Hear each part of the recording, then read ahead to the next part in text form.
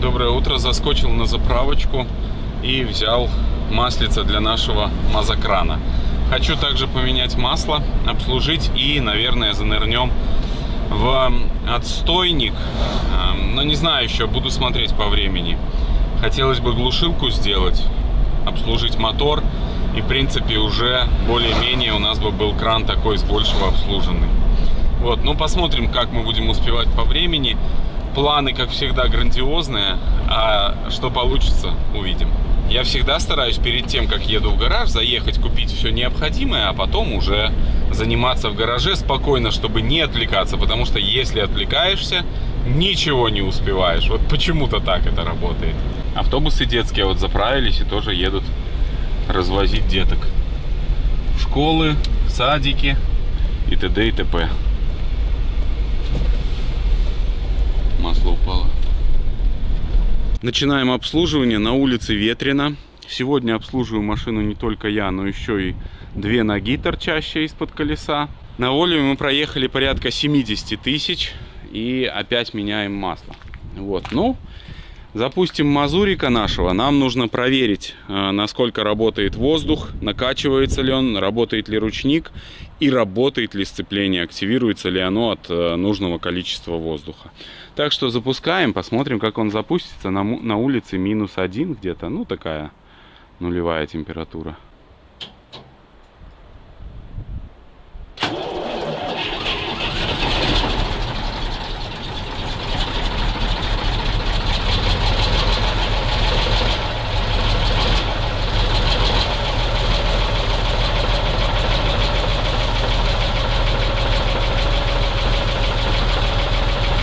Запустился наш аппарат, все в дыму, но это в районе 200 грет по шкале Тумберг.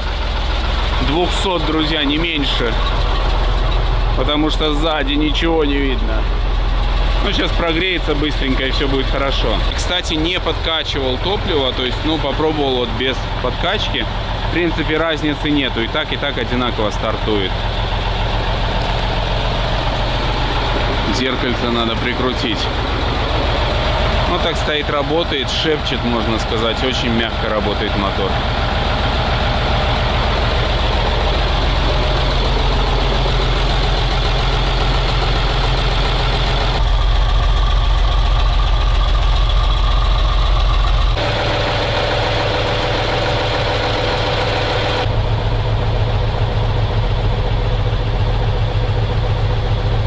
Педаль работает четенько, все вообще супер.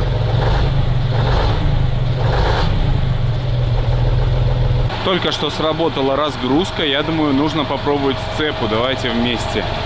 Давление показывает 6, но лампочка не тухнет. Видимо, все-таки она не работает, ну, наш датчик этот. И почему-то вольтметр просто вообще упал. Такого, ну, что-то не то. Где-то мы что-то неправильно подсоединили явно. А так все нормально. Сцепление. Нет, усилитель не работает. Абсолютно. Так, еще мы делали ком. Давайте ком попробуем, да? Вы в комментариях писали, что нужно ком включать тоже через третью передачу. Сейчас я это попробую. Огромное вам спасибо за комментарий. С вашей помощью просто легче и быстрее разбираться с этим всем. Сейчас попробуем. Вот сцепление надо сделать, конечно, туго оно. Третью включаем, так. Опа, включилось. А после третьей давайте первую. Тоже включилась. Странно.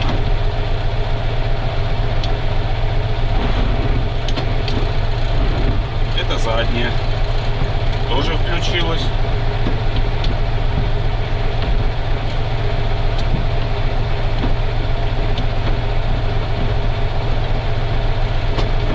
Вот нейтралка, так, включаем третью, чик, потом включаем ком, все, он включился, даже рывка не было, потом передачу выключаем, вот нейтралочка, и смотрим ком, загудел,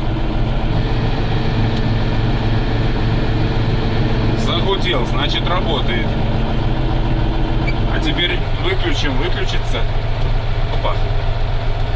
Ну-ка. и выключился.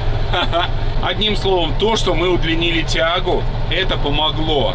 А еще помогли ваши советы вот через третью включать и ком, потому что ком у нас включался, очень сильно рычал, а теперь вопросов нету. Нужно разобраться еще с вольтметром, с амперметром нашим. Что-то с ним не то, либо он умер от нашего ремонта, либо непонятно что, но стрелка в нем должна по центру стоять.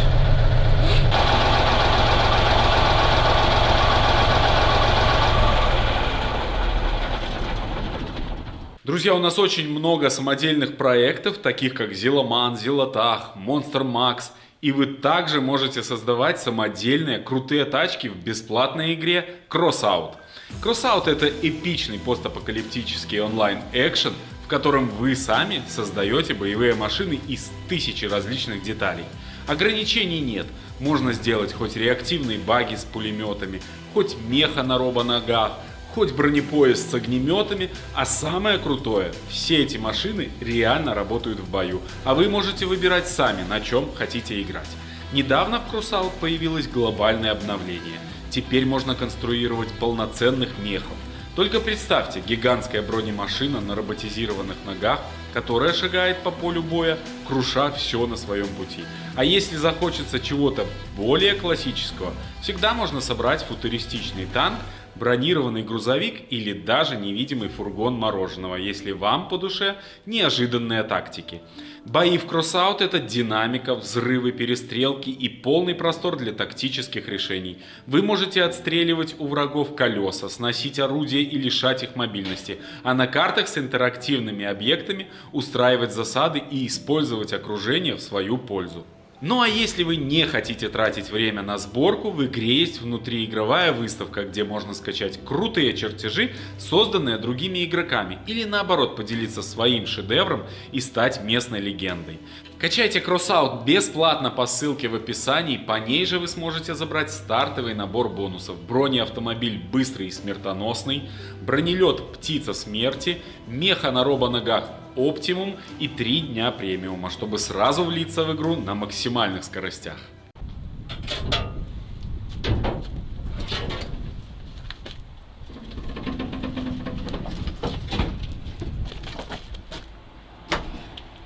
После мойки двигатель совсем преобразился, но гидрач у нас плывет.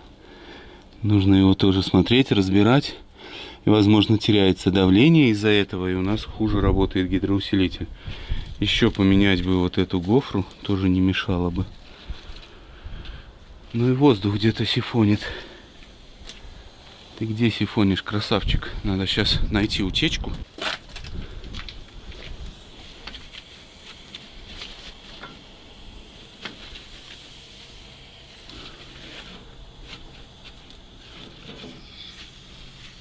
Блин, сифонит сам этот. Разгрузка сама. Это плохо. Это плохо, друзья. Менять ее совсем не хочется.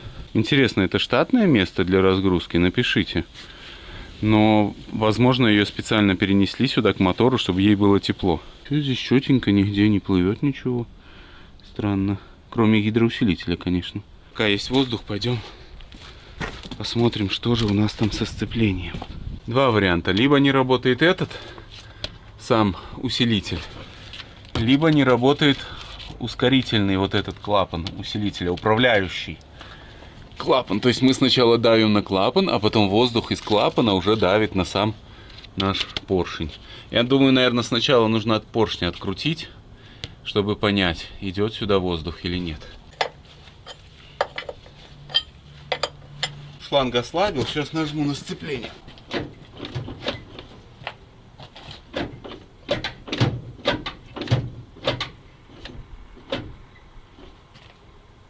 Воздуха нет.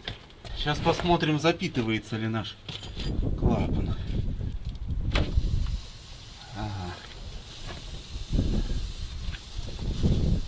Воздух поступает, но явно не выходит. На поднятой кабине не совсем могу выжать сцепление. Ну, силы не хватает, знаете, возможно даже надавить на наш клапан. Поэтому сейчас опустим кабину и проверим. страшно было, чуть не был эффект Сиплова. Ничего не происходит. Либо шланг забит. Сейчас открутим второй шланг, который выходит с усилителя. Опыт забитых шлангов осами у нас есть по Зилотаху, поэтому тут лучше все перепроверить. На крайняк у меня есть этот управляющий клапан. Огромное спасибо Владу, который нам помог с запчастями, и ему огромный привет. У него как раз была такая деталь, и он, глядя на наши серии с МАЗом, определил, что возможно причина в этом, и нам подарил такую нужную деталь. Чуть попозже покажу, сейчас попробуем снять еще трубку. Попробую выкрутить вот отсюда шланг. Нам его все равно выкручивать, но хотелось бы понимать, может быть просто тупо шланг забит. Хотя, судя по тому, что здесь никакого движения нету, возможно, все-таки причина именно в этом клапане. И еще хотел сказать, что энергач наш не шипит. Все четенько. Это хорошая новость. Работает он или нет, проверим чуть позже. Но то, что он не шипит, это уже хорошо. Перестал шипеть из разгрузочный клапан почему-то. Видимо, он шипит до того момента, когда он входит в режим опять накачки. Вот, а допустим, если он накачался и сброс произошел, то он продолжает шипеть. Ну, потому что сам по себе перестал. Вот, а еще туда, возможно, надо попшикать ВДшечки, чтобы он подсмазался. Откручу полностью шланг.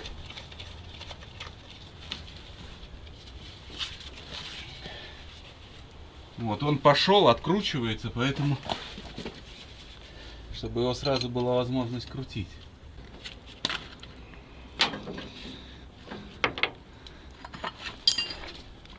Сейчас выжмем сцепление, посмотрим, идет ли оттуда воздух. Ничего не происходит. Меняем клапан, и все будет работать. Ну а чтобы его поменять, раз штифт и два болт. Сейчас буду пробовать. Болт немножко изношен. Не сильно, но тем не менее.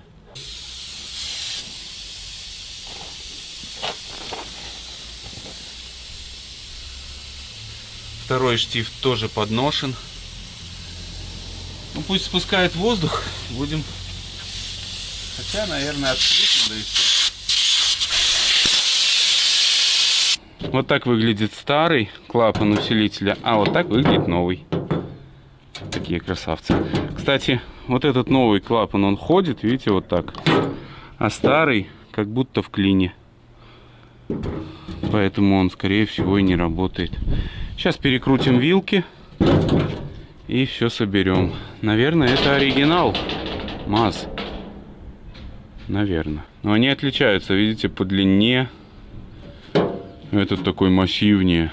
Вот этот, походу, оригинал. Мамазия, волшебная страна моя, Мамазия. Я только недавно понял, что мистер Кредо, который пел песню про Мамазию, супер страну, это песня про Беларусь-то на самом деле, да, которая наполнена мазами. Поэтому он пел Мамазия. Важно не ошибиться с вылетом. Но я вот пока что не знаю, как это сделать. Если перекручу эту сюда, то нам не хватит длины, а этой длины слишком много. И что делать? Пока я не знаю. Сейчас будем... Возможно, там чуть-чуть длина для нас не страшна. Возможно, не знаю. Сейчас буду думать. Попробую здесь крутить больше. Самое важное для нас это расстояние между центрами. Вот у нас 46,5. Кстати, здесь у нас очень сильно разбита резьба. Вот видите. И согнут шток. Это не есть хорошо. Сейчас начнутся приключения. По-любому, потому что старая тяга слишком короткая, а новая тяга слишком длинная. Обязательно, друзья, поделитесь своим мнением, нравится ли вам такой процесс восстановления МАЗа, где я показываю все аккуратненько, делаю мелочевку даже какую-то, стараюсь вам показать. Обязательно дайте обратную связь, мне это важно знать и понимать, вырезать эти вещи или все-таки оставлять такое. Юра уже устанавливает фильтры. Юр, у тебя все получается? Без друзей тоже получается? А? Без друзей тоже получается? Ну, ты друзей сказала ко мне. Я обиделся. Или они обидятся на тебя, раз ты их назовешь. Я их зову, но они сидят вон за экраном компьютера. Чего вы не залезли ко мне под машину? Посмотрели. Откуда масло плывет, да? Да, подсоветовали. Кстати, на Вольве у нас масло не плывет. По-моему, да? Вроде сухой там поддон. Поддон Или сухой, но есть. чуть-чуть маховичок там. Сзади? Ну, это такое. Да, если придираться, да? Да, не, ну чуть-чуть масло должно плыть, тогда меньше гниет. Да. Особенно вольвовские двухкомпонентные поддоны. Ну вот и все готово. 46,5 сделал. Не знаю, то ли я цифры перепутал, то ли нормально все. Ну вот получается примерно так. У нас так и было. Не знаю. Ну, здесь чуть-чуть вкрутилось, вилки побольше вкрутил, и все, в принципе, стало. Ну, это хорошо. Вот так выглядит наш клапан. Два новеньких ЧОПа. Вот, болты с наплавкой, да, чтобы компенсировать болтанку в самих вилках. Вот этим отверстием хочу поставить вниз наш клапан, чтобы туда не попадала влага. Вот, поэтому сейчас попробуем.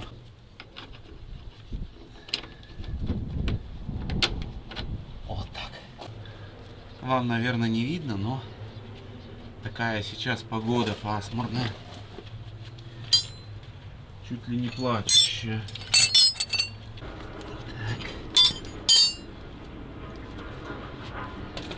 И теперь рабочий шланг прикручиваем тоже. Как этот усилитель работает? Вы нажимаете на педаль, срабатывает клапан, и он подает воздух в камеру, и камера начинает давить на педаль. Система достаточно простая. Не всегда она корректно почему-то работает. Но я так понимаю, на отпускание она работает некорректно. Ну, смотря как само сцепление в каком состоянии, вот это важно. Все, накачиваем воздух и будем проверять эту конструкцию.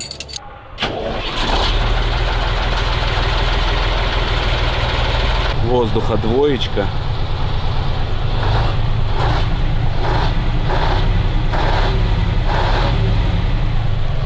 Как классно он звучит, нравится. Нравится, блин. Ну я не знаю, может возьмем сидельный тягач, восстановим его и будем ездить на дальняки? Как думаете, а? На стареньком МАЗе. Наверное, лучше КамАЗа брать. Не знаю, пишите, что вам больше нравится. МАЗ лобатый или КамАЗ все-таки для дальняка. Давайте попробуем. Ну, по-моему, легче уже. И стрикать начало, значит работает. Но сейчас давление у нас еще троечка только. Ну, наверное, ну так усилия надо прикладывать, конечно. Возможно, оно сейчас еще чуть-чуть накачает воздуха, будет легче. Но то, что работает, это уже класс. Надо срочно делать нам глушилку. Я только не пойму. Наверное, вот это у нас глушилка.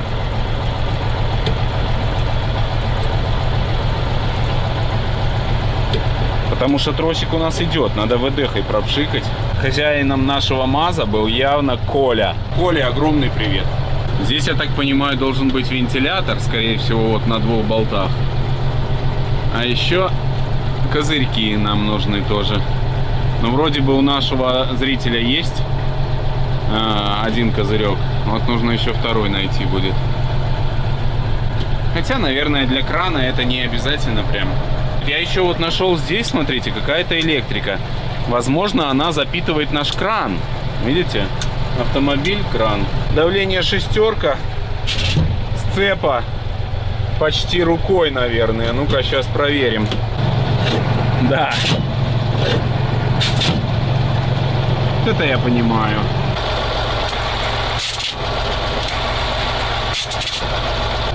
Проверим включение. Третью. Все. Ну, вы знаете, если это будет работать, то вполне нормально. Третья. И задняя. Все включилось. Это мы поставили на ручник, а это сняли. По-моему, он на ручнике. Здесь находиться невозможно. Что-то не то. Либо я шланги все-таки перепутал на энергач. Блин. А поставь на ручник. Что ни хрена не происходит. Еще раз.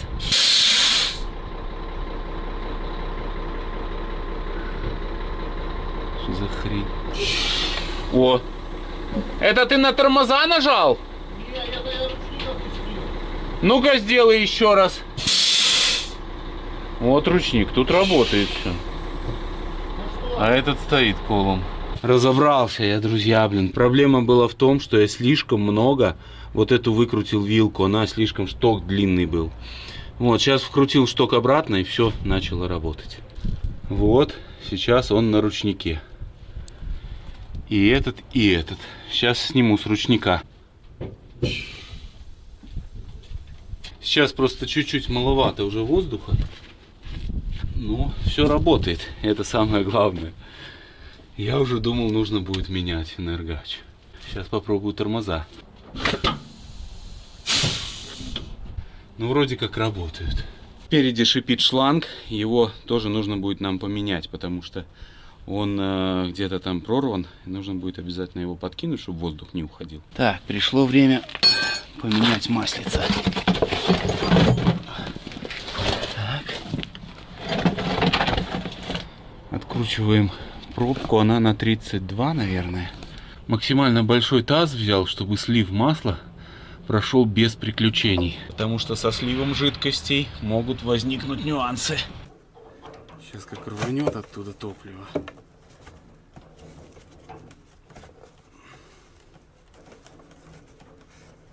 Ой, совсем легко крутится уже.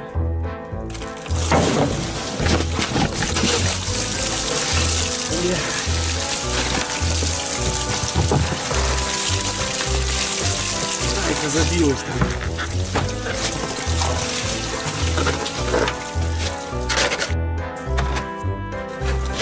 Это катастрофа была, парни.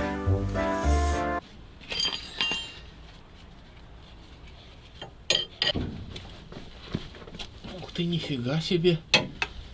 Не могу открутить, прикиньте. Что мне Милуоки брать? Милуоки это опасно.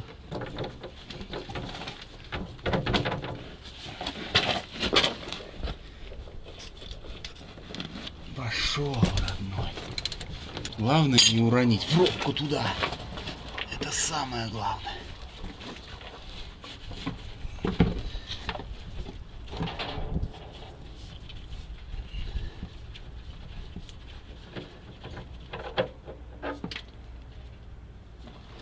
Все. Удача на нашей стороне сегодня. Все, пусть сливается, а мы займемся центрифугой. Это фильтр масляный, у нас его нового, к сожалению, нету, но мы, если что, сбегаем. Здесь магазин у нас рядом есть. Будет. Да. Немного, надеюсь. Ух ты. Ух ты.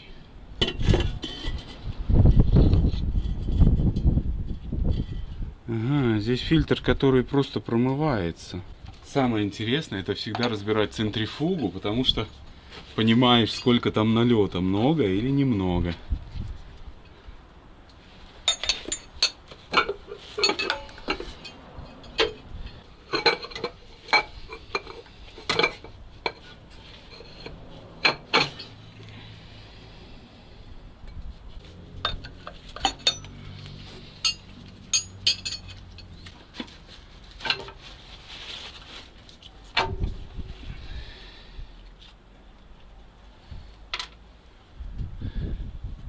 Сейчас разберем.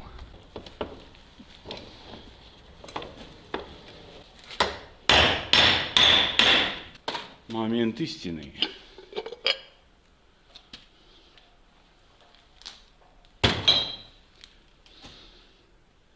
Слой есть, но где-то 3 миллиметра.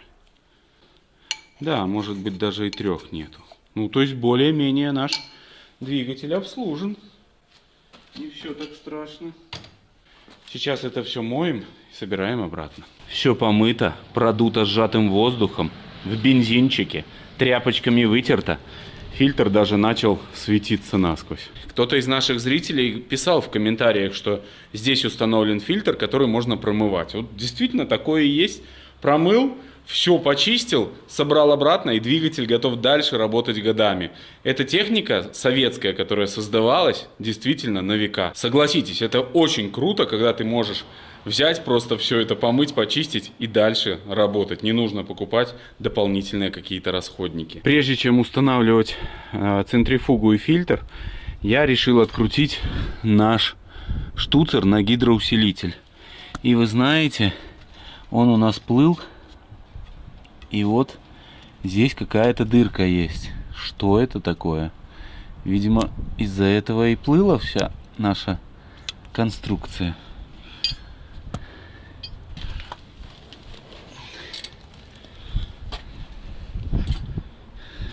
Скорее всего, не должно здесь быть дырки. Такое кольцо уплотнительное, мощное. Не знаю, подберу я сюда резинку или нет. Сейчас посмотрим, что у нас есть. Порылся в закромах и нашел колечко. Смотрите, оптимально нам подходящее. Сейчас закидываем обратно. И, надеюсь, утечка уйдет. И гидрач будет работать лучше. Ставлю его обратно. Очень там неудобно делать все, но попробую. Главное, чтобы колечко не выскочило, иначе оно тогда поплывет так, что голова зашатается. Не успеешь и среагировать, как масло окажется на улице. Мамазия, красивая волшебная страна Мамазия. Ой, Мамазия, давай. Ой, болт наживил один. Один наживил. Фух, сейчас второй. Я вот подумал, слишком торчащая резинка, это тоже не очень хорошо. Блин. Да. Потому что может возникнуть проблема, что ее выдавит. Если что, на крайняк переделаем. Проблемы нету. Это не в дороге собирать машину, это на базе. Правильно я рассуждаю? Да. Тут можно и экспериментировать. Все. Закидываем фильтр масляный, да?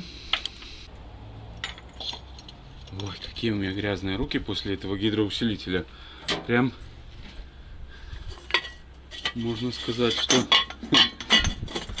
не хочется брать такими грязными руками вымытые бензином фильтры.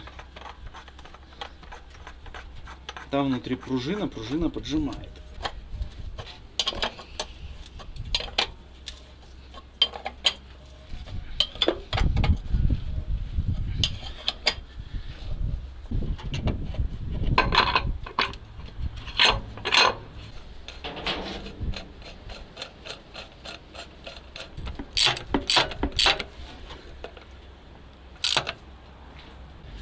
Ну вот, все. Центрифуга тоже собрана. Осталось только залить масло.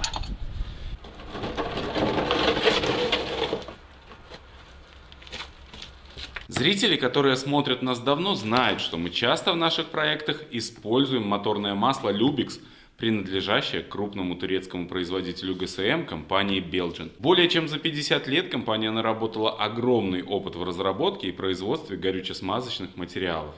Lubix получил более 50 одобрений ОМ-допусков и соответствий для легковой, грузовой и спецтехники. В результате получилось добротное масло, уверенно выполняющее свои функции по цене, сопоставимой с российскими маслами. Если интересно, поищите в поисковике масла Lubix и найдете российские и турецкие сайты, магазины и маркетплейсы.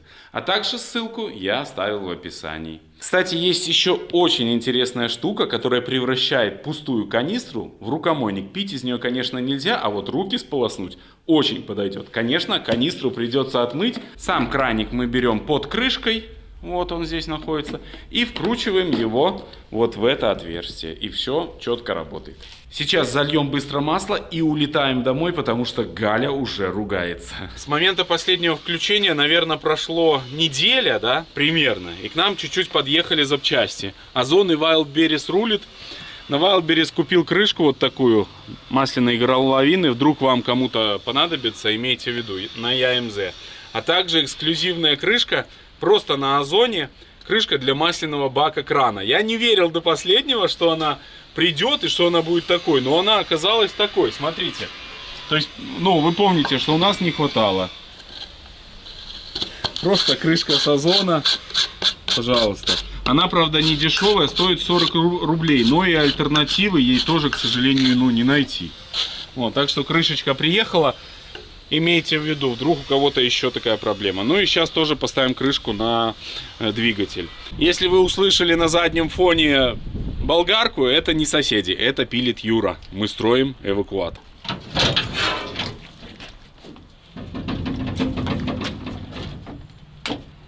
Наконец-то мы избавимся от этой перчатки, блин. Ура! Станет. Все отлично. Но по качеству прям, ну, хорошее качество. Долой перчаточные системы. Еще одна вещь, которую я хочу сделать, это открутить заборник и почистить его. Потому что, когда мы перегоняли МАЗа, МАЗ заглох. Наверняка там что-то подбивает, поэтому сейчас открутим, посмотрим всю эту конструкцию, как она выглядит.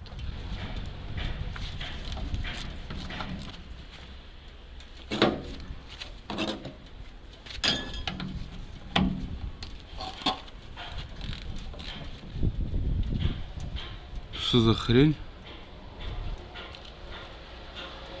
Что себе заборник? Это солярка? Это вода? Нет, это солярка, но как это работает? Что за жуть? Это типа отстойник? Что вообще не понимаю. Я такое чудо вижу первый раз. Как это работает? Что за фигня?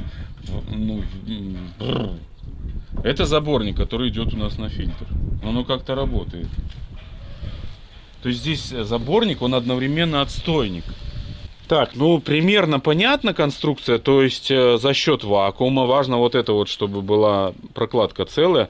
За счет вакуума он засасывает через вот этот вот заборник сначала в колбу, а потом из колбы. Но мне кажется, вот здесь должен кусочек быть трубки на самом вот этом вот флянчике, должен быть кусочек трубки. Но сейчас, может быть, он там внутри.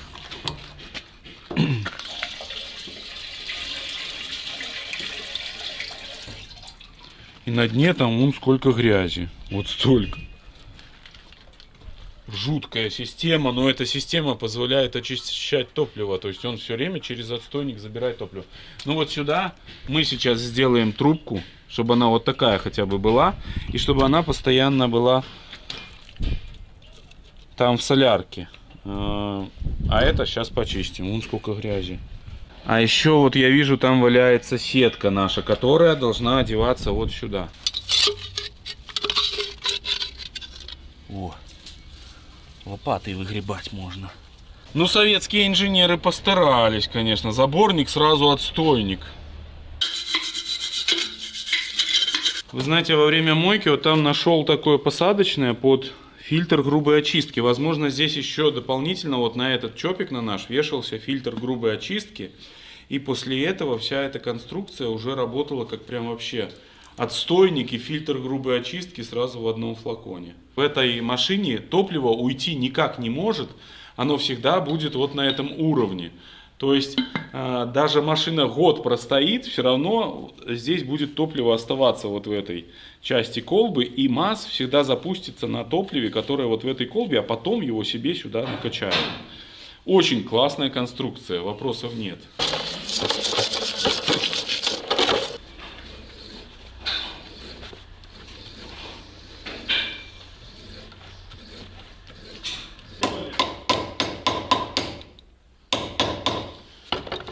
Ну идеально получилось. Как раз заборник чуть-чуть в топливо уйдет. Он не вот столько уйдет, не полностью. Так, где наш? Вот, и сюда. Чик.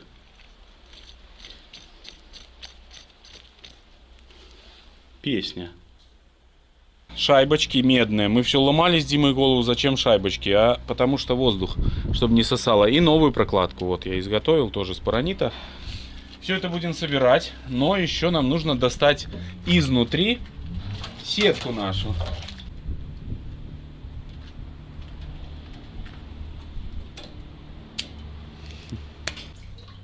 Ай-яй-яй. Вот. Тоже грязь такая. Слушай, может там надо слить топливо все то снизу. Там видно такая чача. Скорее всего. Когда я беру шланг, напрягаются все зрители нашего канала.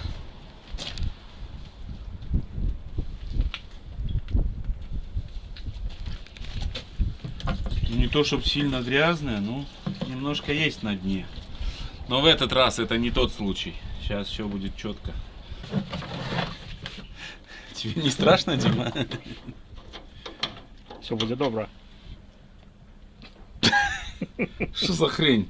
А, нужно тыкнуть. О. Ну ничего там грязи нету никакой. Промываем бак, там на дне тупо песок. И вот сейчас хотя бы с большего промоем, чтобы выглядело все аккуратно. Так, ну все. Бак чистенький. Вот можете посмотреть, да, он не супер состояние, но хотя бы мы убрали из него всю основную грязищу. Вот она здесь, в канистре, вот прям скрипит песок. Так, ну сейчас глянем. У нас 3 сантиметра примерно не достает до дна. Отлично, все, можно заливать топливо. Теперь у нас точно уже там нету грязи, воды. И я думаю, все будет хорошо. Ставлю все обратно. Сейчас проверим. Ну как-то так на вакууме все рассчитано. Блин, стрёмно, стрёмненько. Шайбочки новенькие. Фильтры вычищены. Красота. Сразу же, естественно, меняем и фильтр тонкой очистки. В общем, обслуживаем по полной нашего мазурика. Но зато уже забудем про это в последующем.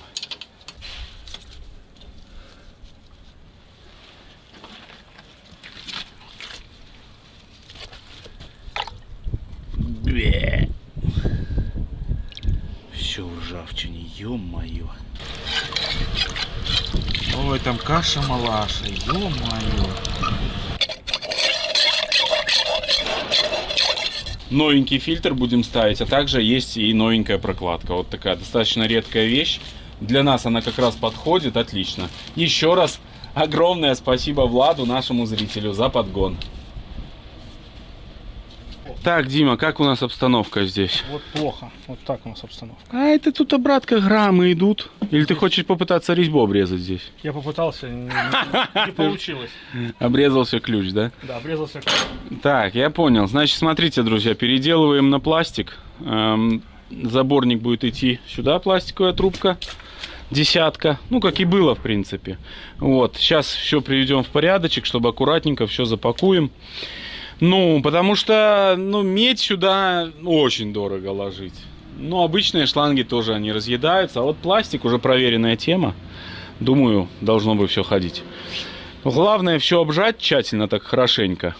И все будет ходить. Собираем. Всю топливную собрали. Ну и заливаем солярочку. Говорят, эти мазы вообще на отработке работают. Я вот просто смотрю, думаю, блин, такую не очень красивую солярку заливаю. Но кто-то заливает просто тупо отработку и на отработке ездит. Поэтому я думаю, нормально тут. Ничего страшного. Так, прокачиваем нашу систему всю. Сейчас попробуем, вообще работает эта конструкция. Ну, что-то качается вроде бы. О, уже у меня соляра. А у тебя там нормально все? Отлично. В оригинале. Во, все, вот так нравится.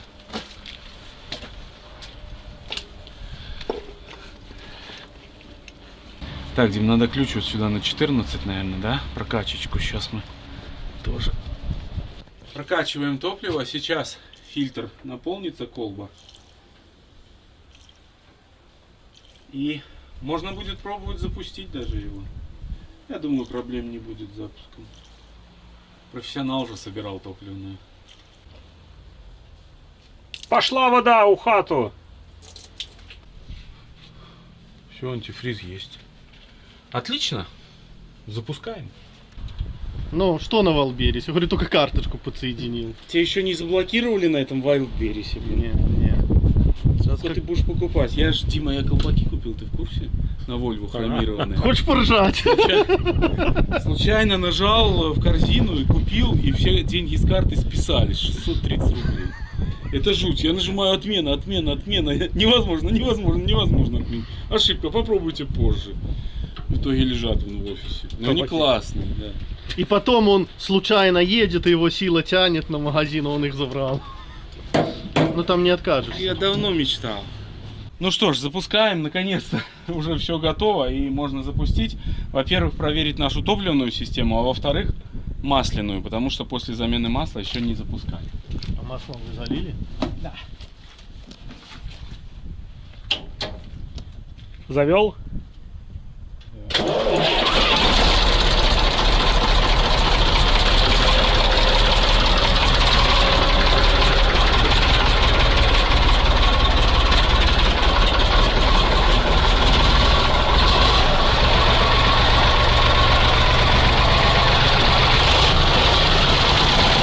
Четко работает. А вон там поджать надо, да.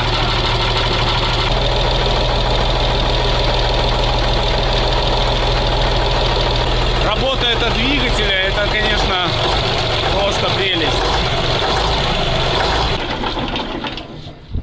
Ну что ж, друзья, очередная машина оживает на глазах у нас и у вас. На этом все. Огромное спасибо, что были с нами. Еще мы продвинулись в ремонте с мазокраном.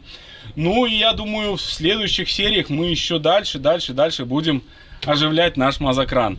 У нас еще нужно делать будку, нужно делать там электрику туда, чтобы там тоже показывало температуру, давление масла. Хотелось бы. Вот, одним словом, работы еще очень много. Вам я хочу пожелать только хороших людей на жизненном пути, всех благ и всего самого-самого наилучшего. Всем пока и увидимся в следующих сериях.